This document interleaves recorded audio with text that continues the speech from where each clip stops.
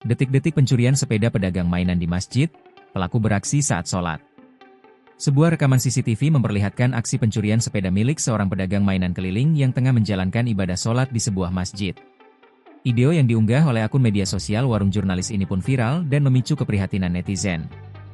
Dalam video tersebut, terlihat seorang pria paruhbaya yang merupakan pedagang mainan tiba di area masjid dengan sepedanya yang penuh dengan barang dagangan. Ia kemudian memarkirkan sepedanya di area depan masjid sebelum masuk untuk menunaikan ibadah. Tak lama berselang, muncul seorang pria muda yang mengenakan kaos hitam dan celana pendek. Pria tersebut tampak memantau situasi sekitar dengan seksama. Setelah merasa aman, ia mendekati sepeda tersebut dan dengan tenang membawanya pergi meninggalkan lokasi. Mirisnya, sepeda tersebut merupakan satu-satunya alat transportasi bagi korban untuk mencari nafkah sehari-hari.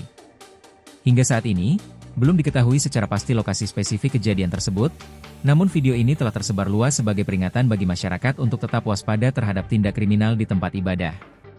Pihak kepolisian mengimbau warga untuk selalu menggunakan kunci ganda atau menitipkan kendaraan kepada petugas keamanan jika sedang beribadah di tempat umum.